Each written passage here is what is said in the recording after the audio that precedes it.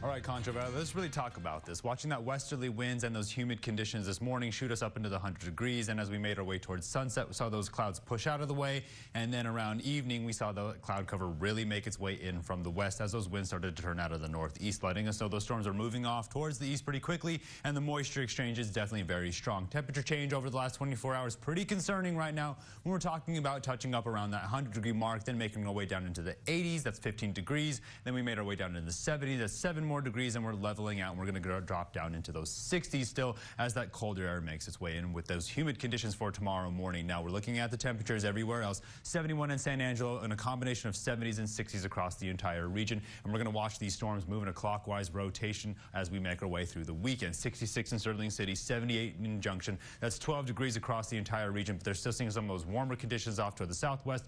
Northeast still holding on to those cold temperatures in those 60s, but getting pretty cold pretty quick right now. Moisture values have made their way pretty strong back. Dew points are up in those 60s and 70s. Humidity indices are pushing near that atmospheric tipping point. Severe weather definitely reloaded in the atmosphere right now. What's driving everything in the upper level pattern? This is sped up with the upper level pattern. This low pressure system is finally going to fill by Sunday. It took about 3 days for this low pressure to turn into a long wave trough, make its way over the Concho Valley, and it's going to take aim right along the Gulf Coast as we make our way through the weekend. These storms are going to be fast and pretty powerful. Here's the moisture content for the next 24 hours as we make our way into the evening. This storm still barreling across the east as we get over towards the severe weather outlook. Still pretty strong right across that I-10 corridor all the way off into Florida. And here's the satellite as it has seen severe weather, tornado watches, tornado warnings pushing all the way through this area. This storm started here this morning, if not that afternoon, and has taken its time getting all the way towards the east coast. Now we get a closer look at this low pressure over New Mexico. This is what's going to cause our problems as we make our way in towards the weekend with that colder air. You can see the dry line fighting back.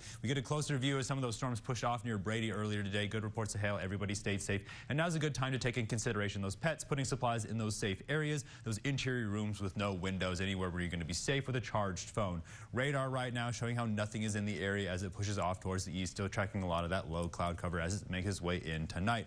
Here we're going to watch the moisture exchange. It's going to start off towards the west, and then we're going to see a little bit of cloud cover by tomorrow morning. As the afternoon rolls around, we're going to take aim at El Dorado. You're watching these clouds push in waves as they make their way up to the northwest. Then it pushes off towards the east. Here it comes again as we make our way towards Saturday morning. Moisture coming up from the west. Going to take aim at Sterling City this time, make its way through Robert Lee, then push off towards the east again. Here we make our way towards Saturday morning, rips through the area, works its way to the east near Brady, then comes back around from the northwest. We know it's going to be pretty bad around the Panhandle, and as it starts to take aim at Brady and Ballinger again, then El Dorado. It's going to be a pretty busy weekend as we make our way through Mother's Day. Of course, we're talking about that farmer's market on Saturday, dropping into those temperatures down tonight under those 60s. A lot of cloud cover in the area, still holding on to those breezy conditions.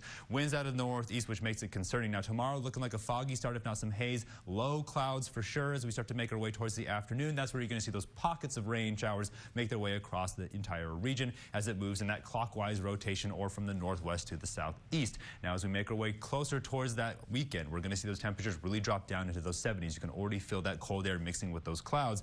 As we begin that third week of May, we're going to see those temperatures warm back up as we get ready to reload the atmosphere, but we're not going to get up into those triple digits. We're still holding strong into those lower 90s while those lows stay right where they need to be this time of the year in those 60s. Stay tuned on more of the break. You're watching KSAN News.